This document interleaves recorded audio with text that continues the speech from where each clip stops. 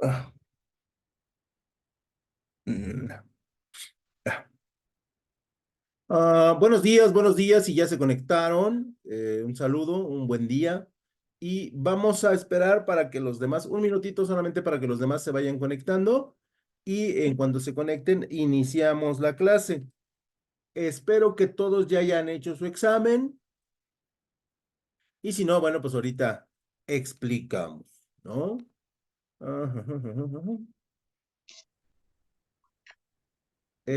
Nada más confírmenme si se escucha, porque, bueno, igual estoy hablando solo. Sí, se escucha, Ah, ok, maestro. perfecto. Muchas gracias, muchas gracias. Uno más y comenzamos, ¿sale? Entonces, el día de hoy, bueno, pues vamos a ir estableciendo algunos puntos que consideramos necesarios. Este, Ya, en teoría, ya todos deberían tener sus exámenes listos. A ver, bueno, ya haberlos presentado y si no, todavía tienen el día de hoy, si no me equivoco, o hasta mañana. Y ya a partir de mañana ya estaríamos en posibilidades de empezarlos a evaluar.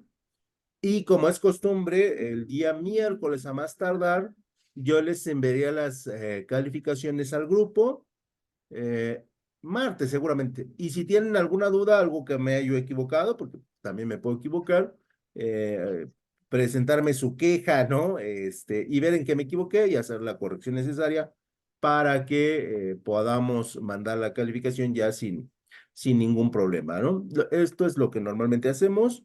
Y bueno, pues vamos a, vamos a comenzar ya. Ya está Jesús. Y bueno, pues seguramente ya vamos a comenzar. Nada más que se conecte, ya está Armando y bueno, pues parece ser que pues somos los mismos, ¿no? Y vamos a compartir la pantalla y está aquí. Dejen que cargue y ahorita comenzamos. Ya está. Ok, bueno, pues vamos a iniciar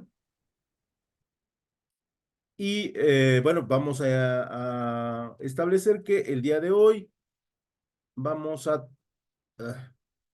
a ver, ya saben que cuando uno quiere, la máquina no quiere. Vamos a ver hoy los títulos, o estábamos en el tema de los títulos de crédito en elementos necesarios para poder desarrollar diferentes documentaciones de carácter mercantil. Y estamos en el tema número 6 en su parte número 2. ¿Vale? Y bueno, pues vamos a comenzar. Dentro de los títulos de crédito que nosotros encontramos o que podemos considerar título de crédito válido para un elemento probatorio, un elemento de juicio, tenemos el aval. Y legalmente, un aval es una persona física o moral que asegura que la deuda será saldada. Y aquí tenemos que hacer varias recomendaciones, ¿no? Porque aquí el derecho mercantil en ocasiones no es muy claro contra el derecho civil, porque el derecho civil establece que para que una deuda sea reconocida debe haber un vínculo directo con la persona que le debes dinero. Y en ocasiones esto no sucede con el aval porque el aval nunca está en contacto directo con la persona que presta el dinero a otra persona, ¿no? Y por lo tanto, pues ahí tenemos esos elementos que son difíciles de comprobar desde el punto de vista de pues el mercantil, ¿no? ¿Qué quiere decir esto? Bueno, pues en términos muy generales, tenemos que tenemos un deudor, tenemos un acreedor y tenemos un aval. pero para que exista el pago del aval hacia la persona que nos presta, tiene que haber un vínculo, un conocimiento, por lo menos una vez haberlo conocido, haber establecido una firma directa con él. Eso dice el derecho civil. Si no existe ese elemento, normalmente la deuda no se puede cobrar y solamente se tendría que hacer el cobro hacia el deudor. Eso es lo que nos dice el derecho civil en términos de actuaciones de avales para operaciones pequeñas. Eh, ya si hablamos, ¿ven la pantalla? Legalmente el aval, Sí, muchachos. ¿Sí? sí. Ah, ok. Entonces, por eso decimos que aquí el aval tiene sus pros y sus contras, ¿no? Porque para efectos de operaciones pequeñas, el aval como que no tiene hoy mucha validez. Para efectos mercantiles de empresa a empresa, obviamente sí, ¿no? Porque estamos hablando de procedimientos mucho más formales en los cuales se involucran las empresas. Y sí, para efectos de aval, sí, para efectos de empresa, perdón, el aval todavía sigue funcionando. Aunque, bueno, pues recuerden que los abogados tienen sus formas y sus fondos de, pues, siempre salir victoriosos, ¿no? Aunque, bueno, pues esto está sujeto a interpretaciones legales. Obviamente, esto quiere decir que si la persona o empresa que contrajo la deuda no paga, y aquí esto es importantísimo, que se señale desde el punto de vista técnico, y dice la institución que dio el préstamo, no estamos hablando de la persona, porque luego ahí se me confunden. Estamos hablando de una institución. Una institución puede ser una empresa, puede ser un negocio, puede ser una franquicia, puede ser un equipo de accionistas. En general, una institución hablamos de algo que está registrado, ¿no? Y por eso hacía el comentario de el aval en términos de persona a persona es difícil o de deudas muy, muy pequeñas. Por lo tanto, la institución que le dio el préstamo tiene el derecho de exigir al aval que cubra la deuda e incluso puede ejecutar acciones legales contra este. Ojo, en derecho mercantil. Posiblemente en juicio civil esto no suceda, pero en derecho mercantil sí ejecuta, porque estamos hablando de instituciones, de empresas, ¿no? Incluso habrá sociedades, habrá negocios que se dedican a hacer avales como parte de una actividad mercantil. Y entonces, en ese sentido, bueno, es que se hace la aclaración, porque de repente escuchan a alguien que dice, es que los avales no necesariamente pagan la deuda contraída. Sí, cuando es un juicio civil y cuando las cantidades, cuando no tenemos cantidades que sean representativas de juicio mercantil. Entonces, por ahí tenemos la diferenciación que es importante que nosotros la determinemos. Para el artículo 109 del Código de Comercio, mediante el aval, el artículo 109 nos dice que mediante el aval se garantiza en todo o en partes el pago de una letra de cambio.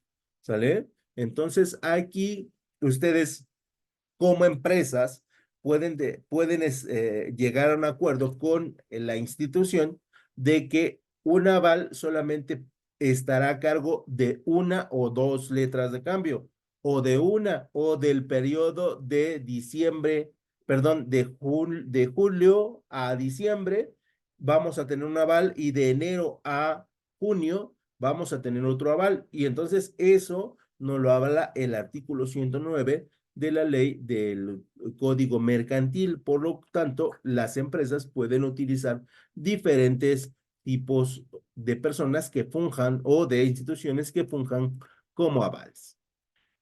Para el artículo 110 pueden prestar el aval quien no ha intervenido en la letra y cualquiera de de los signatarios de ella. Esto es, si ya fuiste aval, si ya fuiste aval y estás en una letra de cambio, o tienes otras letras de cambio en otras instituciones, no puedes formar parte de una nueva de una nueva letra de cambio. No sé si me explique. O sea, yo tengo, profesor Alejandro Sánchez firmó un aval a la empresa X, pero no puede firmar aval para la empresa Y. ¿Por qué? Porque de lo que se trata es de que en caso de que la empresa incumpla, yo pueda tener la posibilidad de, o como institución, de pagar esa deuda. Y entonces esto nos ayuda mucho a poderlos tener rastreados, porque, repito, ustedes son de la era de la digitalización, pero cuando no todo era digital, sí había muchas empresas que pedían, que defraudaban a otras empresas, que pedían que los avales no existían o que los avales tenían contraídas varias deudas y se declaraban en bancarrota, y en bancarrota corría juicio mercantil y por lo tanto, pues pasaban 3 o 4 años para que la deuda fuera saldada, ¿no? Entonces, sí le causaban un daño grave a las instituciones que prestaban dinero, ¿no? Hoy prácticamente eso no sucede porque estamos en la época digital y todo está registrado y todo está con fecha y todo está grabado y hay evidencia de todos los tipos para que esto no suceda. Para el artículo 111 nos dice que el aval debe constar en letra o en hoja que se adhiera. Esto es, a la letra de cambio debemos adherirle un escrito donde digamos que el aval es la institución, que es una persona física, que su domicilio fiscal está en tal lugar y que va a responder por el total de la deuda o por una o varias letras de cambio. Se expresa con la fórmula por aval u otra equivalente, que aquí tenemos un escrito ya bien establecido para hacer aval y debe llevar la firma de quien lo presta. La sola firma puesta en la letra, cuando no se le pueda atribuir otro significado, se tendrá como aval. Una vez que alguien firma, se le considera el aval para efecto de las empresas y por lo tanto, a partir de ahí, correrá su obligación mercantil. Para el artículo número 112, a falta de mención de cantidad, se entiende que el aval garantiza todo el importe de la letra de cambio. Si en algún momento les toca ser representantes legales o su representante legal es muy joven, porque esto suele suceder, ¿no? Sí es necesario y como parte del procedimiento de cualquier administrador, y de cualquier profesionista, deben leer completo los documentos, completos. ¿Qué quiere decir esto? Que les presentan una carta, les presentan una forma de pago, les presentan las condiciones del préstamo y ustedes por profesionalismo y por buen accionar de administrativo tendrían la necesidad y la obligación de leerlo completamente, porque en el caso del artículo 112 sí se establece, sí se presenta que el aval dijo, es que yo no era el aval para toda la deuda, y más sin embargo no estaba escrito en el documento. Si no está escrito, se da por entendido que tú vas a ser el responsable de cubrir, en caso de que la persona no lo cubra, todo el monto, ¿no? Y entonces sí debemos de ser muy, muy precavidos para que esto no suceda. Para el artículo 113, el aval debe indicar la persona por quien se presenta, ¿no? Yo me presento por Jenny, ¿no? Representante de la empresa X, ¿no? Porque si no, a falta de tal indicación, se entiende que garantiza las obligaciones del aceptante, y si no lo hubiera, de las de los giradores. Hay ocasiones en que, dependiendo del tipo de empresa, dependiendo del tipo de la sociedad, hay socios que quieren aumentar su capital o su parte de las acciones y piden préstamos para comprar más acciones. Y entonces no estás hablando en nombre de la empresa, estás hablando en nombre de la persona que va a comprar o que va a comprar acciones de la empresa para tener un porcentaje mayor. Y eso implica que no estés haciendo un préstamo a la empresa, le estás haciendo un préstamo a un accionista de la empresa. Entonces, debe ser muy clara la indicación por parte de quien se está representando y cuáles serán las condiciones, montos y características del pago en caso de que este no se dé. Yo también recomiendo que si es un elemento empresarial, sí vayan con su representante legal, ¿no? Que les pueda asesorar de manera pues, mucho más extensa si ustedes tienen alguna duda, ¿no? Porque sí, todos estos artículos, aunque parecen muy simples, ya a la hora de ponernos de acuerdo acerca de pues, la obligación que se contrae, pues la cosa se pone complicada. Para el artículo 114, decimos que el avalista queda obligado solidariamente con aquel cuya firma ha garantizado y sus obligaciones y su obligación es válida, aun cuando la obligación garantizada se anula por cualquier causa, ¿no? O sea, esto quiere decir que yo, o sea, o en el momento que pongo firma, soy solidario con la persona que, o con la institución, la empresa que me ha elegido para hacer su aval y aunque la obligación se cumpla, de todos modos en los documentos o sea, o se liberen, de todos modos va a estar mi nombre como parte de el procedimiento de préstamo y de que yo fui aval, ¿no? Esto con la intención de que recuerden que yo no puedo ser aval en distintas ¿qué? Empresas en el mismo ¿qué? En el mismo tiempo, ¿no? Entonces, en ese sentido, habría que tener cuidado, y por eso les digo, hay que leerlo todo. Dejamos el aval como un elemento que se utiliza por las empresas, ya cada vez menos, pero se sigue utilizando, y pasaremos a la letra de cambio, las cuales, si se han dado cuenta, las mencionamos dentro del aval. Y se dice que se define como un título de crédito por el cual una persona denominada librador ordena a otra denominada librado o deudor el pago de una suma de dinero en una determinada fecha de vencimiento. Y aquí solamente un detalle técnico, los vencimientos para efectos financieros no pueden ser en periodos menores de 28 días, ¿no? Ya esto es como un elemento nada más técnico, como una información así complementaria, porque en la antigüedad, hace muchos, muchos años, la gente pedía préstamos, firmaba letras de cambio y decían el vencimiento por intereses será semanal, cada 7 días. Eso en la realidad, los efectos empresariales, no se puede, ¿no? Tiene que ser por lo menos el vencimiento normal, que son 28 días, que es el periodo financiero que se utiliza para medir el tiempo, ¿no? Ya luego puedes tú sumar puedes sumar los meses, esto es en 6 meses, considerando año bisiesto o año normal, o puedes decir hasta término, que serían 360 días para año financiero mexicano, ¿no? Y entonces ahí nada más es un detalle técnico acerca del vencimiento.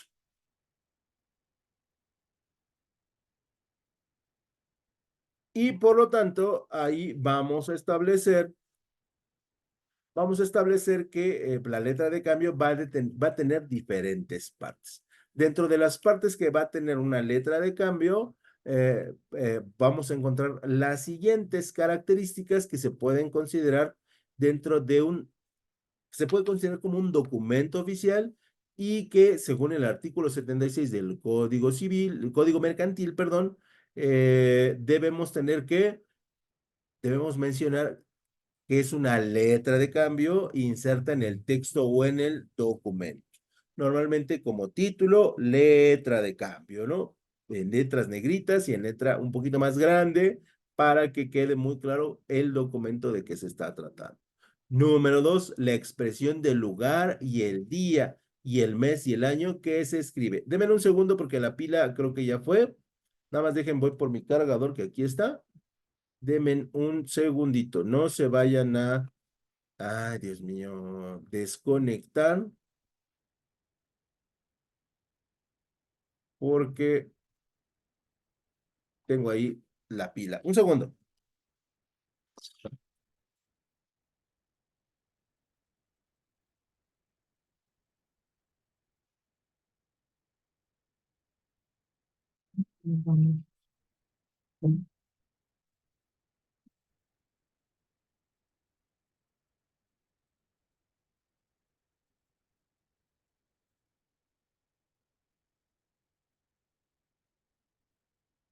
Listo, una disculpa.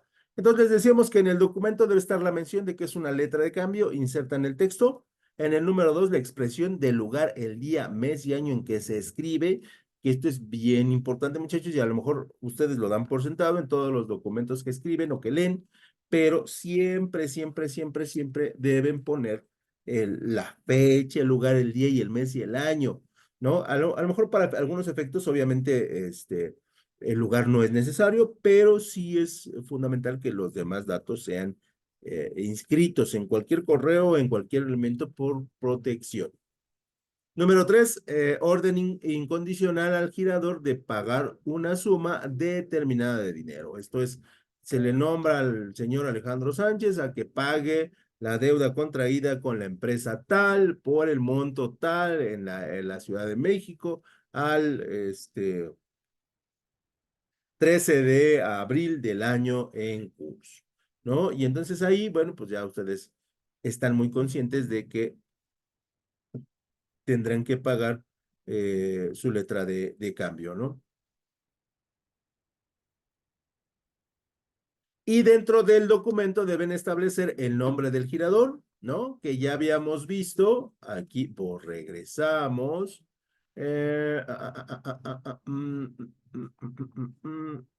un segundo, un segundo. Letra de cambio. Acá. El librador es a la persona que le debemos y el librado es el deudor. ¿Estamos de acuerdo? O sea, esos elementos no los debemos dejar de lado. ¿Por qué? Porque nosotros pasamos y decimos que el girador, el nombre del girador, el lugar y la época del pago o el momento del pago. eh, si va a ser en cheque, si va a ser en efectivo, si va a ser hoy en día en transferencia electrónica, si va a ser a través de institución bancaria, en general, ¿no? Y el nombre de la persona a quien se ha de hacer el pago, ¿no? Y la firma del girador o de la persona que suscribe o a sus ruegos o en su nombre, ¿no? Yo, Alejandro Sánchez, pago a el señor X la cantidad tal como parte del proceso de 10 letras de cambio, que esta sería la uno de 9 con el monto de tal que se suscribirá en tal periodo. Y esta es la formalidad que debe tener una letra de cambio. Hay personas que no le dan esa formalidad y que luego las personas a las cuales les debemos dinero nos dicen que no les hemos pagado, ¿no?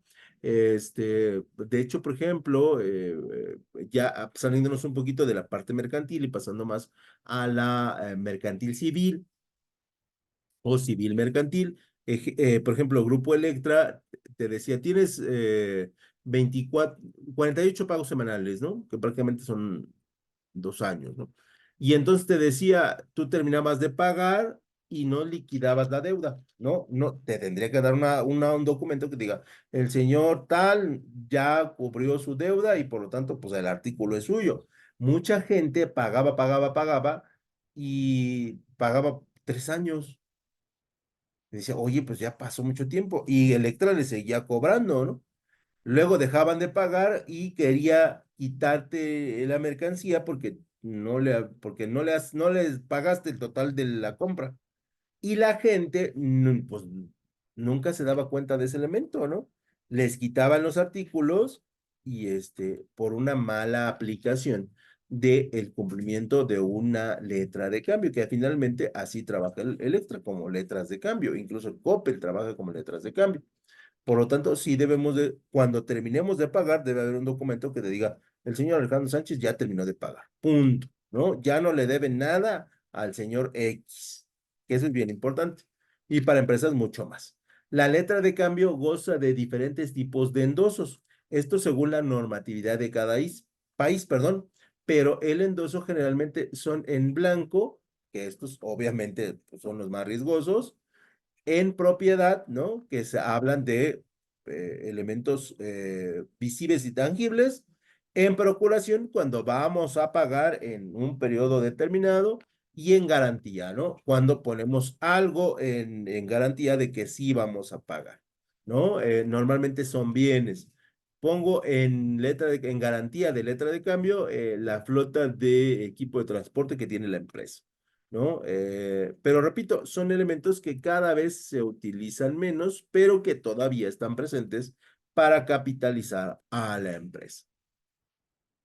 La forma más clásica en la que se acepta lo estipulado en el documento es por medio de la firma, que es lo normal, ¿no? Y en el caso de no existir esta firma, se tomará como no aceptado o cuando la persona que está adquiriendo el crédito no sabe escribir o no puede escribir, se tomará lo estipulado en el artículo 86.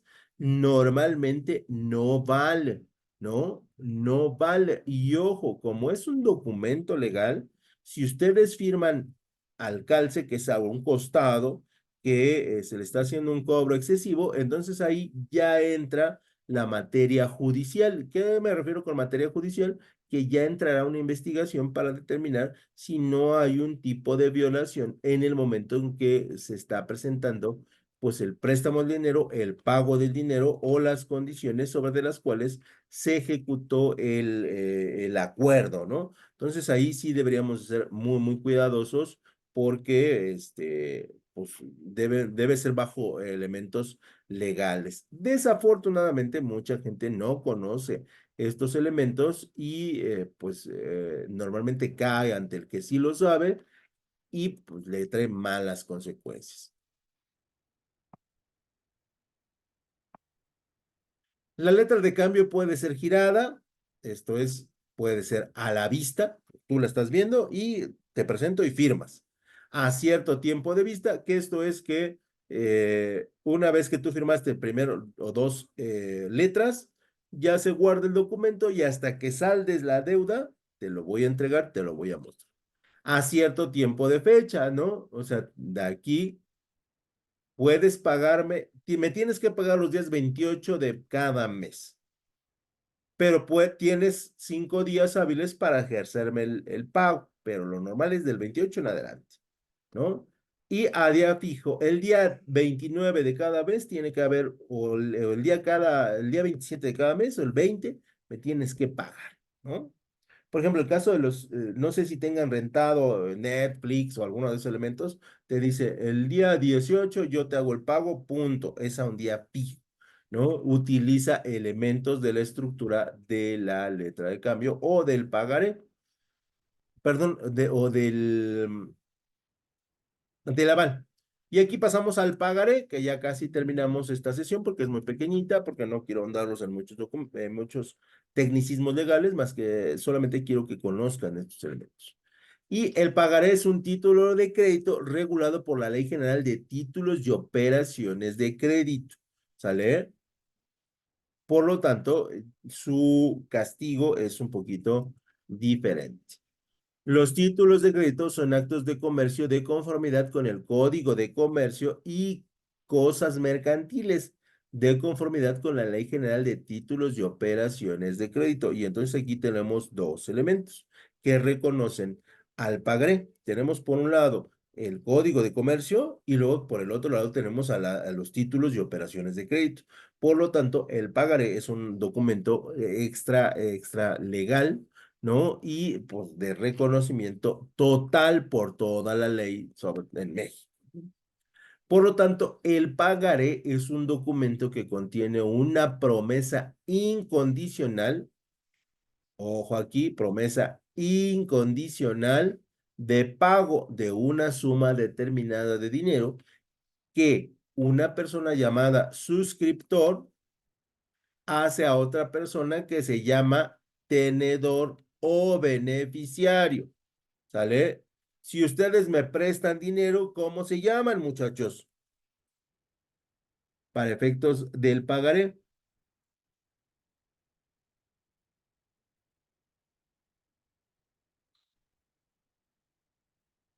Ya se me va a acabar el tiempo. Tenedor. Eh, si, si ustedes me prestan dinero, ¿cómo se llaman? Ustedes me prestan dinero a mí.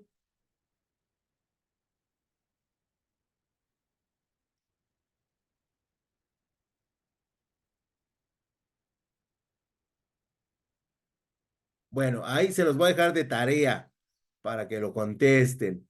¿Sale?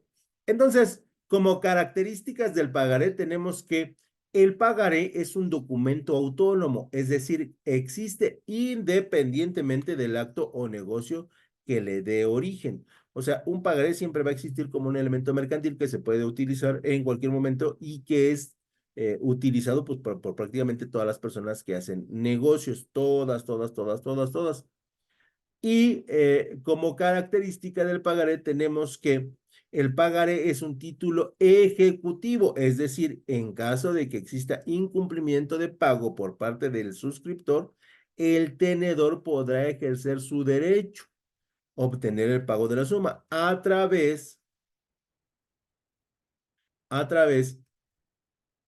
de un juicio por medio del cual el suscriptor demandado será requerido de pago y en caso de incumplimiento, al requerimiento le sea embargado el bien bajo la suficiencia de pago de la suma adeudada. Ojo, que cuando hay juicio, pues no solamente debes el bien, sino debes la reparación de qué, del daño. Es por ello que no solamente se llevan la lavadora, ¿no? O en la maquinaria, sino se llevan algo que cubra, que repare el daño al cual fue sometido el tenedor por prestar qué, dinero. Y entonces en ese sentido, las empresas deberían de ser muy, muy cuidadosas al momento de ejecutar un préstamo a través del concepto del pagar. ¿Cuáles son los requisitos del pagaré? Bueno, pues el contenido que debe tener un pagaré de conformidad con la Ley General de Títulos y Operaciones de Crédito es la siguiente. Número uno, la mención de ser un pagaré insertada en el texto o en el documento, como ya habíamos visto en la letra de cambio. Número dos, la promesa incondicional de pagar una suma determinada de dinero, que es lo normal. Número tres, el nombre de la persona a quien ha de hacérsele el pago. Número cuatro, la época y lugar del pago, que es fundamental. La fecha y el lugar en el que se suscribe el documento y la firma del suscriptor o de la persona que firme a su ruego o en su nombre. Y esos serán los requisitos de los cuales yo tengo que estar muy claros a la hora de firmar un pagaré. Y tendríamos que hacer, que esto ya es lo último, la diferencia entre la letra de cambio y el pagaré, que yo les dejé de tarea y que espero lo hayan resuelto muy bien. Y la tarea es para que ustedes confirmen lo que investigaron y si lo investigaron bien o mal. Principales diferencias entre una letra de cambio y un pagaré. Bueno, pues que la letra de cambio es una orden que da una persona a otra de pagar una suma de dinero a un tercero, un beneficiario. Y el pagaré es una promesa de pagar una suma de dinero que se hace a una persona, a un girador, a otra, el beneficiario, pero donde solamente intervienen dos personas. Por lo tanto, la letra es una figura jurídica de tres elementos en la cual hay tres posiciones ocupadas por tres personas que distintas. En cambio, el pagaré solamente hay que dos posiciones y por lo tanto, ahí radica su diferencia. ¿A quién se le da la orden en letra de cambio? Puede aceptar o no eh, pagar, por lo que puede presentar letras de cambio no aceptadas o en espera de aceptación. Esto para las cuestiones mercantiles.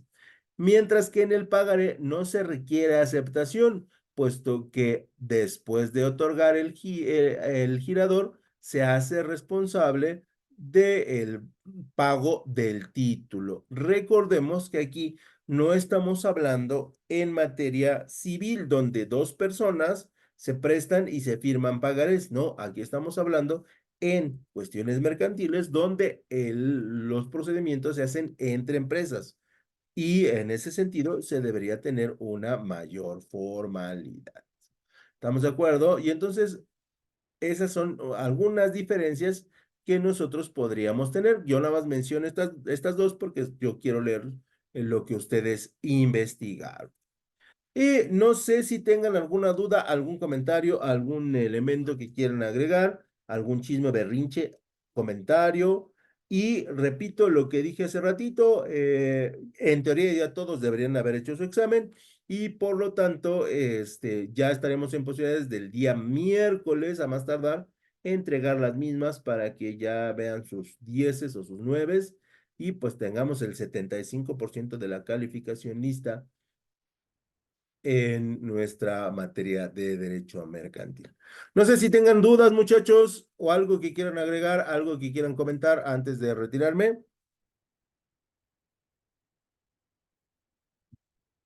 No, No maestro. por el momento, profe. Muchas gracias. Cuídense mucho entonces, nos estamos viendo y bueno, pues nos vemos la próxima semana. Cuídense mucho. Hasta luego.